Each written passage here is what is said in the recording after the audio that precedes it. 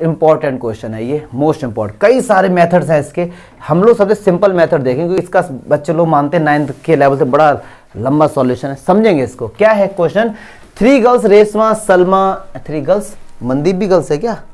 चल छोड़ क्या, हाँ 2 ही गर्ल्स होगी, मनदीप, अब इधर नाम है किससे कुछ भी रख लो यार, संतोष लड़कों के भी नाम होते लड़कियों के भी नाम होते, इसमें नहीं डाउट करो, छोड़ो। 3 दोस्त हैं, Reshma Salma Mandeep, playing game standing on a circle. एक सर्कल है जिसकी रेडियस कितनी है 5 मीटर। तो एक सर्कल बनाओ पहले तो प्यारा सा। तो ये हमारे पास एक सर्कल है, इस सर्कल की जो रेडियस है वो कितनी है 5 मीटर। इस पर 3 दोस्त खड़े हुए हैं, ठीक है। और Reshma throw a ball to Salma, Reshma के पास बॉल है, उसने सलमा को बॉल दी और सलमा ने मनदीप को बॉल दी। और बताया गया है कि the distance between Reshma and Salma 6 metre and Salma to Mandeep 6 metre. इनके बीच का डिफरेंस कितना है, लेंथ कितनी, 6 मीटर। तो अब आपको समझाने के लिए मान लीजिए भैया रेशमा यहाँ बैठी हुई है, ये इस तरफ रेशमा, और इस तरफ मैंने कहा कौन बैठे, सलमा, और इस तरफ मान लीजिए हमारे कौन बैठे, मनदीप। तो क्या किया, रेशमा ने सलमा को बॉल दी, क्लियर है।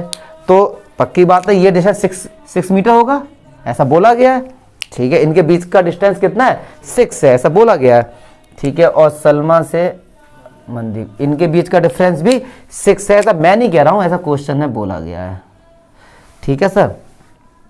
ये सेंटर इसका ओ है। तो अब कह रहे हैं कि मनदीप ने फिर बॉल किसको दी होगी, रेशमा को। तो बस भैया मनदीप से रेशमा के बीच का डिस्टेंस फाइंड करना, कायदे में तो यही क्वेश्चन है, बस क्लियर है। ये 6 मीटर है, ये 6 मीटर है। अब आपको रेशमा टू मनदीप के बीच का कितना डिस्टेंस है वो आपको फाइंड करना है, बस। अब देखेंगे, देसी तरीके से सॉल्व करेंगे एकदम। तो चलिए, अच्छा एक बात सुनो, अब काफी थ्योरम्स का इसमें यूज होगा, वो समझते चलेंगे। ये कॉर्ड RS एक कॉर्ड है और R और SM क्या एक कॉर्ड है, ये इक्वल कॉर्ड्स हैं। हमने पढ़ा है थ्योरम से कि अगर इक्वल कॉर्ड से अगर हम एंगल सबटेंड करते हैं सेंटर से तो वो एंगल हमेशा इक्वल होते हैं, यस और नो। ये वाला एंगल और ये वाला एंगल आपस में क्या होगा, इक्वल होगा। अगर नहीं आता प्रूफ कर लो, ये दोनों ट्रायंगल आपस में क्या होंगे, सिमिलर। ये इसके इक्वल क्योंकि रेडियस है, ये 6 ये 6 बराबर गिवन है और ये बीच में कॉमन। बट अब प्रूफ करेंगे नहीं क्योंकि अब तो थ्योरम पढ़ चुके हैं ना हम, पक्की बात है। तो हम यहाँ पे लिखेंगे एंगल 1 और ये एंगल 2 आपस में क्या होंगे, इक्वल होंगे। तो अब देखिए कैसे सॉल्व करेंगे इसको। हम अब लिखेंगे एंगल 1 इक्वल्स टू एंगल 2, क्योंकि यहाँ पे एक चीज लिख के आ जाओ, या तो ये लिख दो बाय द थ्योरम, या फिर लिखो angle subtends to the centre from equal chords, yes और नो। इंट्रो पार्ट जरूर देखें, ये मैंने बताया था 10.2 पता नहीं 10.1 के इंट्रो पार्ट विद प्रूफ किया, ठीक है।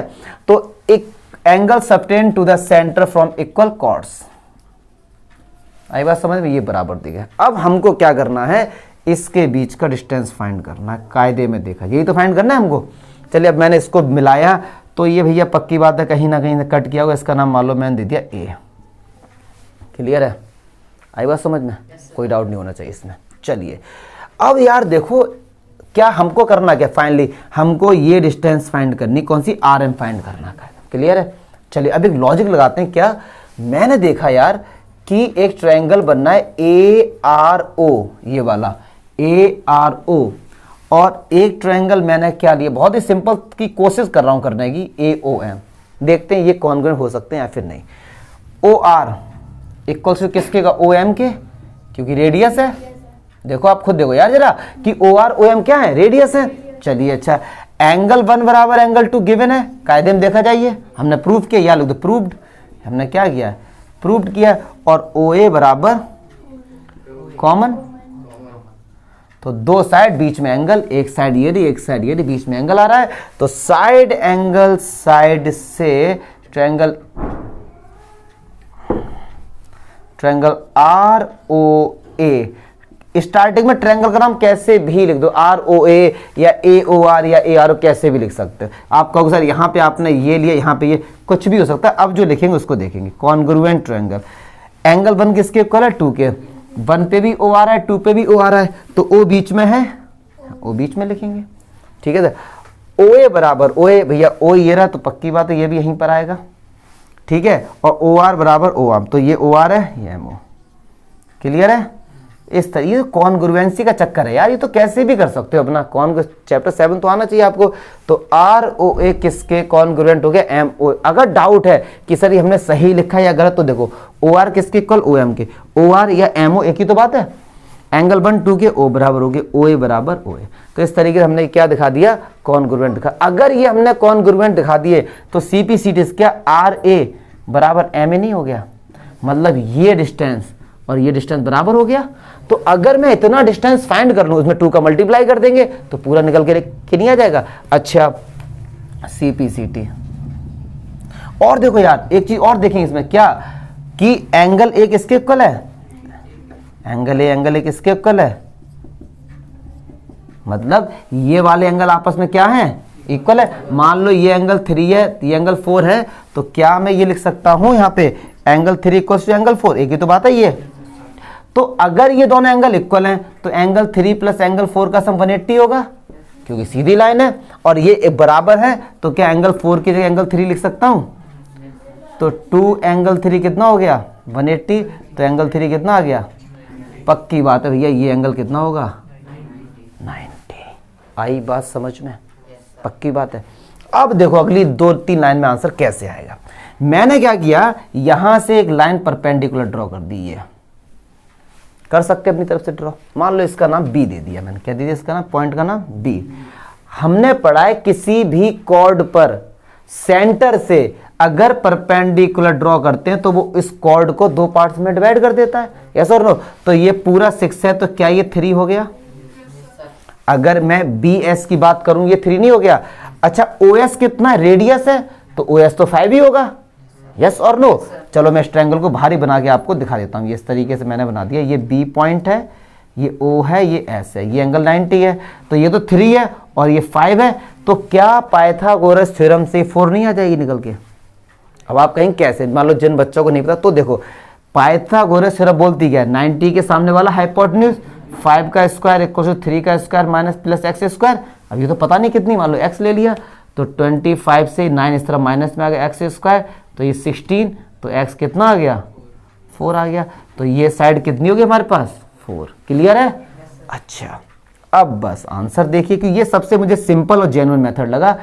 अब एरिया अगर मैं आपसे कहूं ORS का निकालो, ORS का, ये रहा ORS, ये 90 है, तो क्या इसका एरिया ये नहीं हो जाएगा 1/2 बेस इंटू हाइट, यस और नो, पक्की बात है। और क्या इसका एरिया ये नहीं हो जाएगा इस वाले ट्रायंगल, ये भी तो एक परपेंडिकुलर है, क्योंकि ये एंगल 90 है, तो ये भी तो एक परपेंडिकुलर है।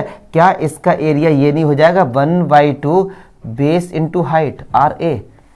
एक ट्रायंगल में अगर यहां से परपेंडिकुलर डाला तो 1/2 बेस इंटू हाइट, यहां से डाला तो 1/2 बेस इंटू, इसके लिए बेस ये हो जाएगा, और यहां से डाला तो तीनों एरिया आपस में होंगे तो इक्वली, क्योंकि एक ही ट्रायंगल का एरिया कितने भी तरीके से फाइंड करो आंसर तो एक ही आएगा। ठीक है, ये मैंने बराबर रख दिए। तो 1/2 RS कहां पे है हमारे पास, RS कितना है 6, OB कितना है 4, OS कितना रेडियस है 5, और RA हमको पता नहीं है, हमको फाइंड करना है। 1/2 से 1/2 चला गया, 24/5, RA कितना आ गया मीटर। क्लियर है। बट हमको तो जो RA होगा वही तो AM होगा, क्योंकि हमने प्रूफ किया जो RA होगा वही AM या MA होगा। तो हमको क्या फाइंड करना था, यहाँ पे हमको फाइंड करना RM। तो हम क्या करेंगे, फिर 2 से मल्टीप्लाई कर देंगे, तो 48/5 मीटर। इसका डिवाइड करो तो 9.6, देखो आंसर ये आ रहा है 9.6 मीटर, यस और नो। तो ये आप लोगों को लग रहा होगा बड़ा लेंथी, बट ये सबसे सिंपल तरीका है इस क्वेश्चन को सॉल्व करने का। कई सारे मेथड्स हैं इसमें, 2-3 बार पाइथागोरस थ्योरम लगाई है, कौन ये चक्कर समझ आया ना कि ये दोनों एरिया बराबर क्यों है। एक ट्रायंगल का एरिया 1000 तरीके से फाइंड करो, आंसर तो हर तरीके से बराबर ही आएगा ना। और ये हमने पढ़ा भी ट्रायंगल चैप्टर में कि अगर जैसे सपोज, मुझे लग रहा है कि हो सकता है कुछ बच्चों को डाउट हो, मान लो ये ABC है, ये D है, एक एल्टीट्यूड यहाँ से डाल दिया, तो इस वाले का एरिया निकालेंगे 1/2।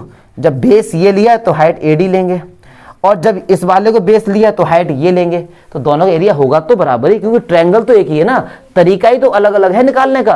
तो आंसर ये है। क्लियर है। कोई डाउट हुआ, कहीं पर भी डाउट है, ये सबसे सिंपल मेथड है यार। आप लोगों को ये सबसे सिंपल और छोटा मेथड लगना चाहिए, मुझे ऐसा लगता है, क्योंकि मेरा टारगेट ये है कि बच्चों को सिंपल वे में समझाने की कोशिश करें। क्लियर है? पक्की बात। इन दोनों को कॉन्ग्रुएंट दिखाया, ये इसके इक्वल हो गया, ये 90 दिखा दिया हमने। चमका। बहुत से बच्चे एक गलती क्या करते हैं, जब वो ओ से एस को मिलाते हैं तो पहले से ही कह देते हैं भैया ये आधा है और ये 90 है। ऐसे नहीं बोल सकते आप, तो कैसे, आपको दिखाना पड़ेगा कि ये कैसे इक्वल है और ये कैसे 90 है। ठीक है, लिख लो इसको। नेक्स्ट और लास्ट क्वेश्चन देखते हैं।